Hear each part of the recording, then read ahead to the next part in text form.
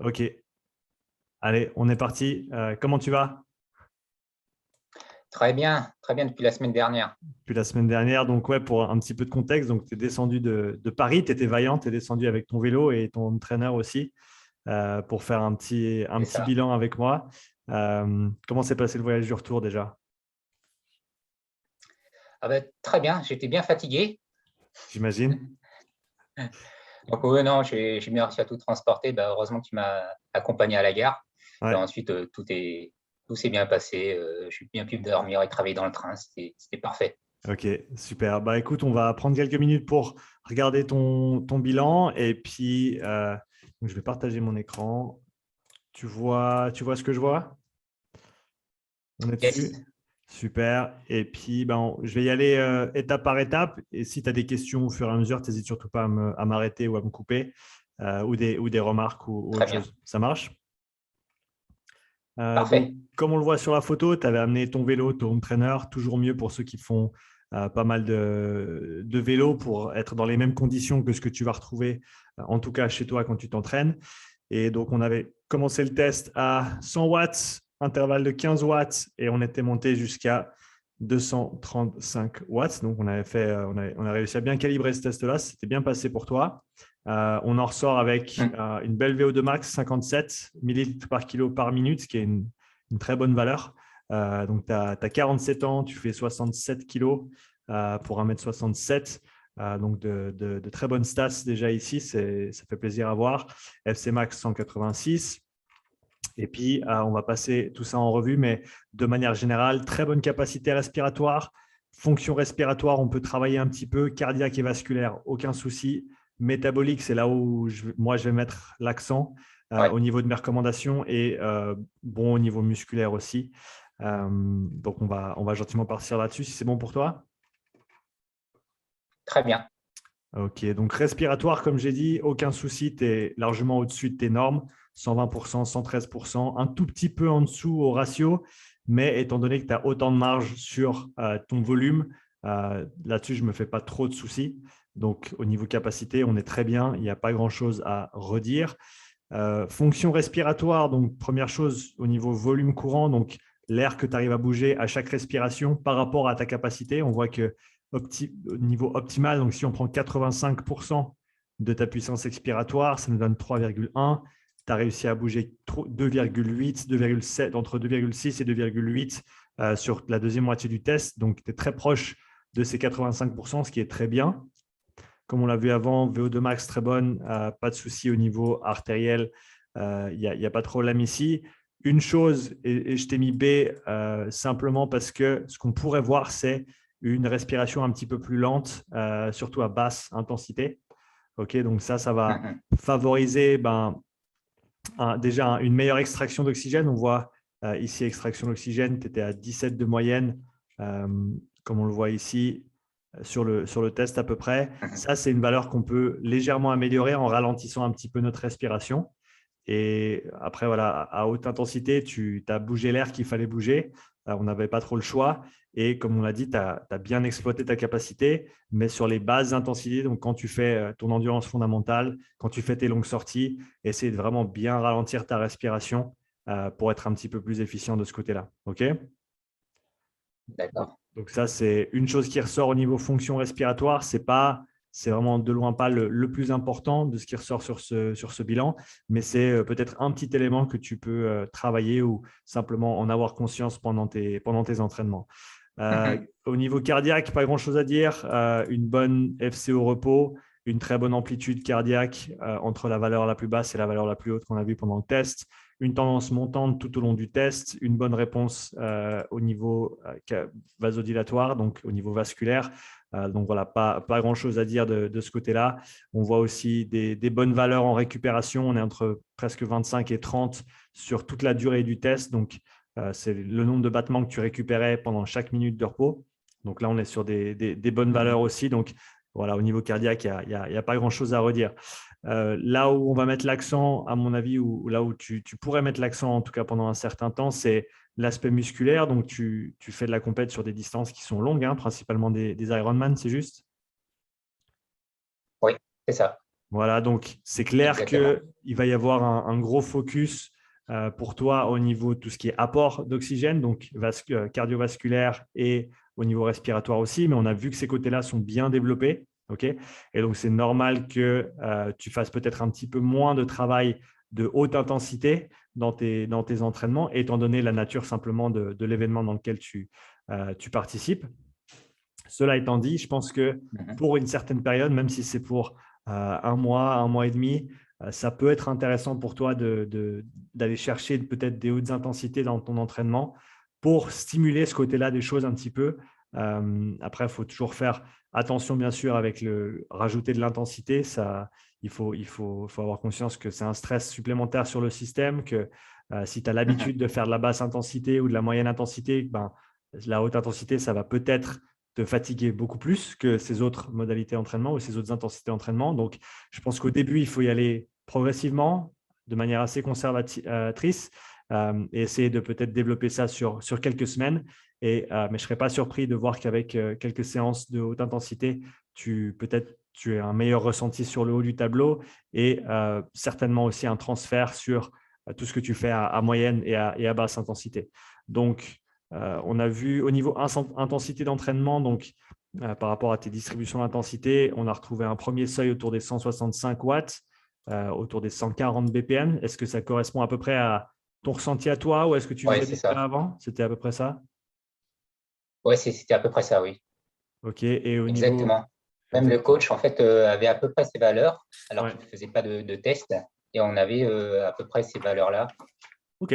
Alors, c'est parfait. Donc, ça concorde. Donc, on est bien.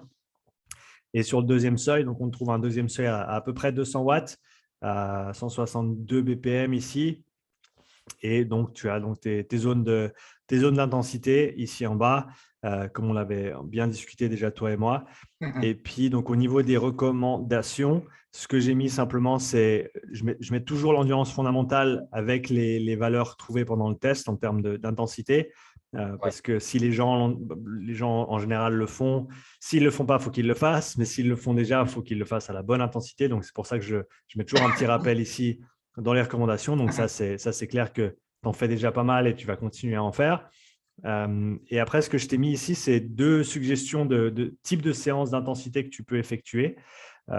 Celle du bas, c'est des 30-15, donc un format assez classique à vélo pour travailler la VO2 max, avec 2 à 5 séries de 8 à 15 répétitions. Donc ça, c'est quelque chose que tu peux commencer en bas du tableau, donc deux blocs de 8 répétitions, par exemple. Une Mhm. répétition étant composée de 30 secondes de travail, 15 secondes de repos actif. Donc, travail à 30 secondes entre 230 et 250 watts, 15 secondes de repos à peu près 100 watts. Et donc, tu vas osciller entre les deux. L'idée, c'est que ça va te permettre de passer du temps proche de ta VO2 max. Donc, sur les 3 à 4 Mhm. premiers intervalles, ça ne va pas être difficile, mais tu vas voir qu'en gros, tu n'as pas assez de temps pour que le cœur redescende, tu n'as pas assez de temps pour que les jambes récupèrent. Mhm. Donc, ça va te permettre, sur la deuxième partie du bloc, de vraiment sentir que tu travailles dur et aussi de le faire à des intensités qui sont Mhm. plus élevées que si tu faisais un bloc de VO2 max en continu à, disons, 3 minutes ou 4 minutes ou 5 minutes en continu. Bien Le sûr. fait d'avoir ces variations d'intensité, c'est plus intéressant parce qu'en vélo, c'est souvent important. Alors peut-être un petit peu moins en Ironman comparé à des cycles sportifs ou à des événements où tu as beaucoup de relance, tu as Mhm. des changements de vitesse pendant la course. Mais malgré tout, je pense que pour toi, encore une fois, travailler à des intensités un petit peu plus hautes, si on peut le faire, c'est intéressant. Simplement du point de vue de, si tu ne l'as pas fait depuis un moment ou si tu ne le fais pas souvent, en faire un petit peu, ça va toujours apporter une petite pièce à l'édifice. Et donc, commence avec des intervalles qui sont assez courts, donc 2 blocs de 8, et tu peux faire 5 à 10 minutes de zone 1 entre ces blocs de travail. Et ensuite, tu peux progresser ça sur le volume, donc sur le nombre de séries, sur le nombre de répétitions. Et après, tu peux aussi, si tu le souhaites, progresser au niveau de l'intensité. Si tu sens que tu arrives à faire, disons, 3 séries de 10 ou 3 séries de 12 aisément et que ça ne te sollicite pas vraiment sur ces différents blocs de travail, eh ben, tu peux sans autre augmenter un petit peu l'intensité. Donc, sur ces séances, c'est important de faire une première séance, de voir comment tu y réagis. À la limite, tu m'envoies un message, tu me dis, voilà, j'ai fait la première séance, j'ai fait tant de reps, mon ressenti, il est comme ça. qu'est-ce que je fais sur la prochaine. Il y a toujours un petit moment de calibrage au début pour t'assurer que ce que tu fais va vraiment aller chercher les adaptations qu'on recherche. Donc ça, c'est une séance qui peut se faire soit sur home trainer assez aisément, soit si tu l'as fait sur la route, idéalement, il faut trouver une belle bosse où tu vas avoir le temps de faire ces intervalles. Donc, si on admet que pour faire 10 répétitions ou pour, disons, 10 répétitions, tu en as pour 7 minutes à peu près, 6-7 minutes, et que tu fais ça 2 fois 15 plus 5 minutes entre deux. Donc, il te faut en tout cas une bosse où tu vas être dessus pendant 20 minutes. Sinon, ça veut dire que tu dois retourner en arrière, redescendre pour remonter. Ce que tu pourrais techniquement faire sur les 5 minutes de repos. Mais donc, si tu peux le faire en continu, c'est l'idéal. Donc, ça, ce serait la première séance. Est-ce que tu as des questions ou remarques sur celle-ci? Sur cette partie-là, non, c'est assez clair. J'avais Ouais. lu, en fait, je crois que c'est un chercheur ou coach, enfin Stephen Zeiler, je crois qu'il Ouais. parlait aussi pas mal de 30-15 et ça rejoint enfin, ce que j'avais lu. Donc, oui, tout est cohérent enfin, dans tout ce que tu expliques. Enfin, Ouais. comme souvent d'ailleurs, j'ai tendance à dire. C'est Mais gentil. sinon, en fait, Vas-y. par rapport en fait, à l'oxymétrie, Oui. donc là, enfin, où mon point en fait, où je peux vraiment progresser, pour travailler ça, en fait, donc c'est plus ça n'a rien à voir avec faire des squats ou des deadlifts. C'est autre chose. Alors, C'est comment en fait ce serait complémentaire à ça. Je te dirais que la sollicitation sur du renforcement, elle est importante.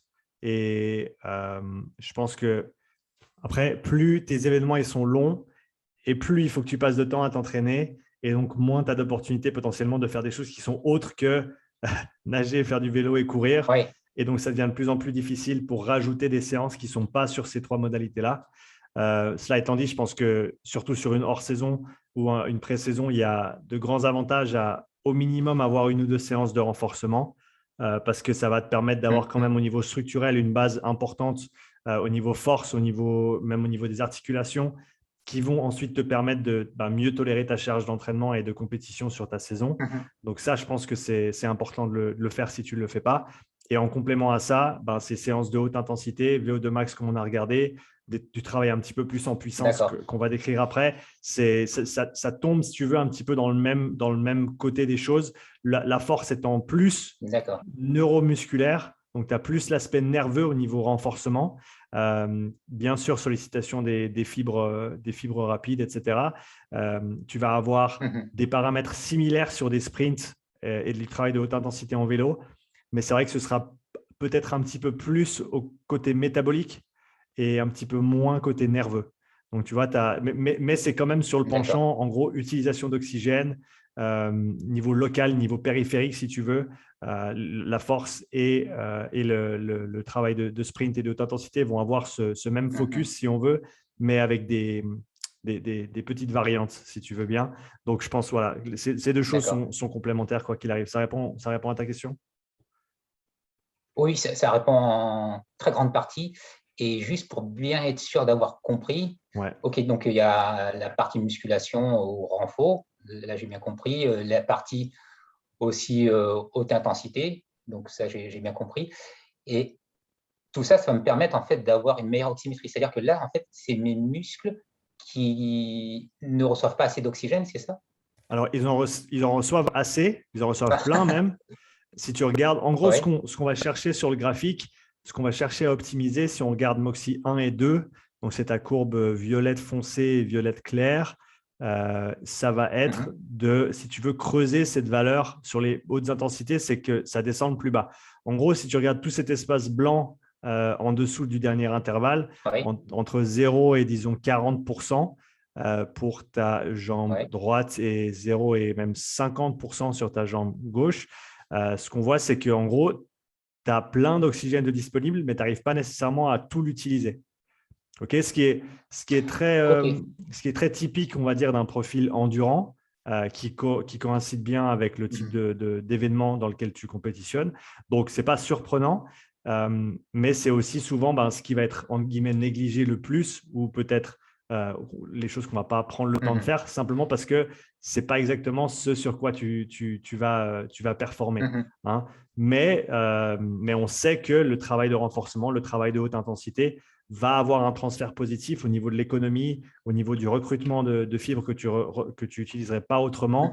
Et donc, il y a quand même des aspects positifs à développer ce haut du tableau, on va dire, même si la majorité de ce que tu fais va être dans le bas du tableau. C'est pour ça que je disais, pendant un certain temps, ça ne sert à rien de faire ça H24 et toute l'année. Pour toi, ça va être certainement un petit peu plus loin des compétitions ou peut-être dans une phase d'affûtage dans le dernier mois où tu arrives vers les compétitions, parce que c'est vrai que travailler sur de la haute intensité, ça te permet, encore une fois, au niveau nerveux, d'avoir une sollicitation importante et donc de faire en sorte que ton système nerveux soit vraiment bien engagé, soit prêt, qu'il y ait du répondant, si tu veux.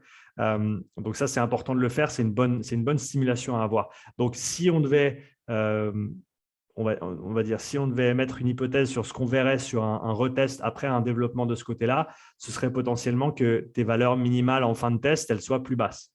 Et donc, on arrive à extraire plus d'oxygène par rapport à ce que tu apportes. Ce que tu apportes est largement suffisant. D'ailleurs, on a vu, niveau respiratoire et cardiovasculaire, qui sont, si tu veux, le complexe d'apport de l'oxygène, tu es très bien développé, ce qui est encore une fois normal pour un profil comme le tien et un sport comme le tien.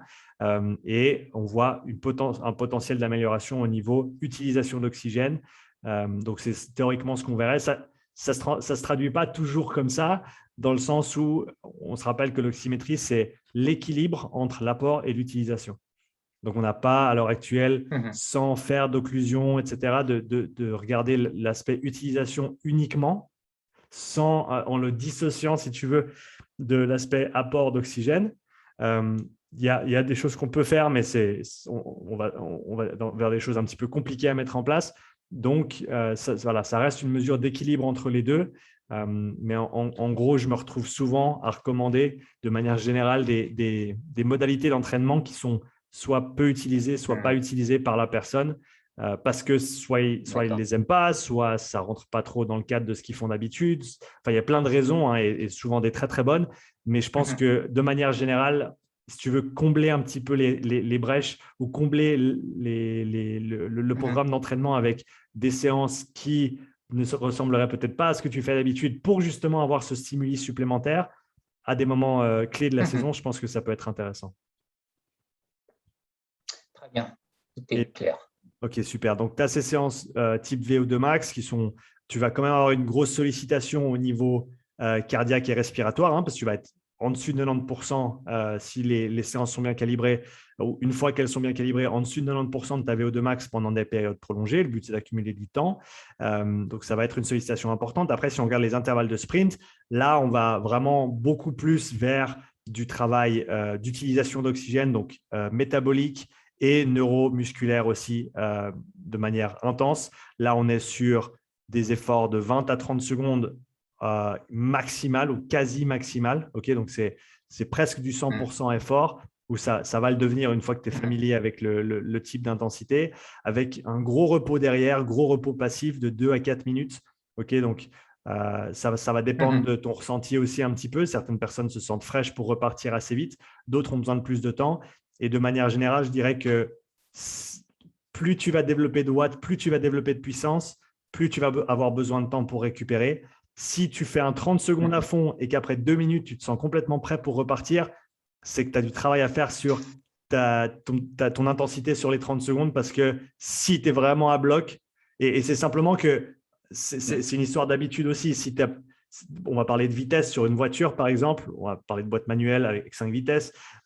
Si tu n'as pas l'habitude de passer la 5e, c'est possible que tu n'arrives même pas à la trouver au début. Tu vois, c'est assez fréquent, surtout encore une fois pour des profils endurants, que vu que tu passes du temps dans les vitesses 1 à 4, quand c'est le temps de passer la 5e, il n'y a pas vraiment de 5e parce que tu l'as jamais vraiment exploité ou développé. Donc, mais encore une fois, c'est une des raisons pour lesquelles c'est intéressant de faire ce travail, parce qu'il y a pas mal de potentiel de développement théoriquement. Et donc, en gros, et ce qui est assez, entre guillemets, ludique avec ces séances, même si les 30 secondes sur les 10 dernières, ça pique un petit peu, je ne te cache pas. C'est ludique dans le sens où tu vas essayer d'atteindre un maximum de watts ou développer un maximum de watts sur ces 30 secondes, la plus haute moyenne possible, et chose que tu vas essayer ensuite de battre sur soit ta prochaine répétition, soit ta prochaine séance. Et donc, encore une fois, si ce n'est pas du travail que tu fais habituellement, en faisant, je dirais, 2 séances par semaine, et ça, ce n'est pas nécessairement quelque chose que je combinerai avec la VO2 max. Je ferai certainement un bloc de travail VO2 max où tu vas faire certainement 2 séances semaine. Et ça, ce serait vraiment ton intensité parce que le reste, ça devrait être de la basse intensité. Donc, si tu as le temps 2 semaines, sinon une par semaine, pendant 4, peut-être 3, 4 semaines. Et ensuite, tu peux basculer sur, après un petit temps de décharge, repasser sur un autre bloc où tu vas faire des sprints. Ou alors, inversement, tu peux faire sprint d'abord, VO2 max ensuite.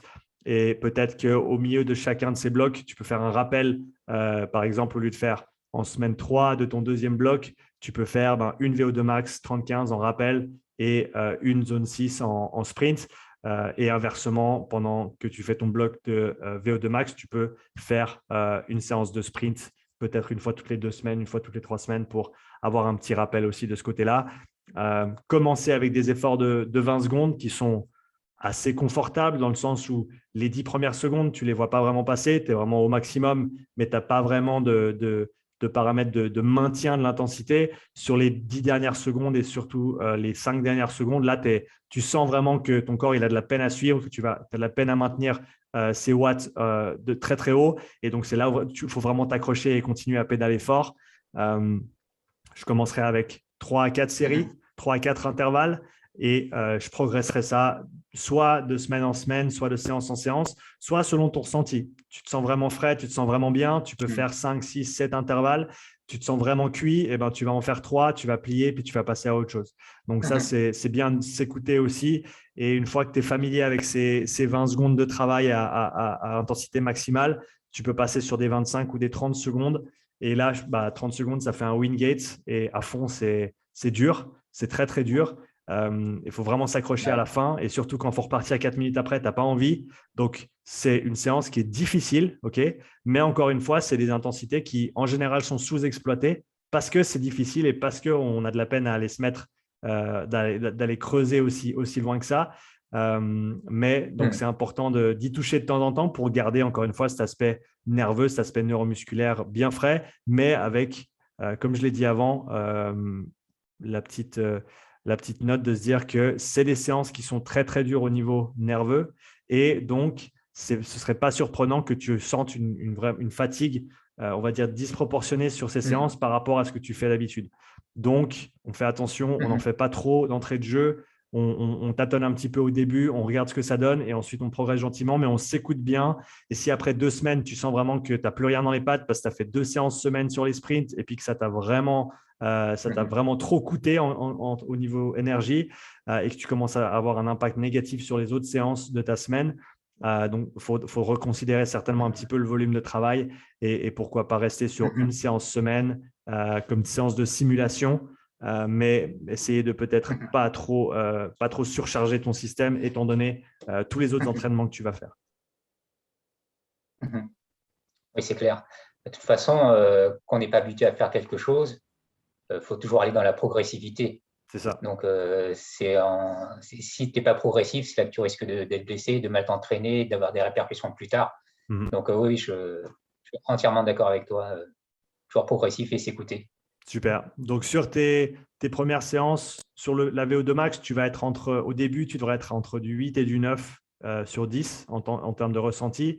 Après, une fois que tu pousses un petit peu le volume, donc des 3x10, 3x12 ou même plus, là, ce n'est pas surprenant que ce soit vraiment des séances à 9 ou 10 sur 10. Et sur les sprints, 20 secondes, c'est possible que tu t'en sortes avec un 8-9 sur 10. Mais dès que tu vas passer sur des 30 secondes, c'est clair que chaque répétition, ça ne va pas être loin d'un 10 sur 10. Parce que le but, c'est vraiment de tout donner. Mais encore une fois, on fait juste gaffe avec la progression du volume. Comme tu l'as dit, on reste progressif et on ne va pas se mettre dans le mur trop vite, trop tôt, parce que tu as des kilomètres à faire avec ton événement. Et donc, il faut prendre ça en considération aussi. Exact. Et de toute façon, même pour les sprints, enfin, un sprint de 20-30 secondes, c'est très, très long. Donc, toi, tu dis qu'il faudrait peut-être…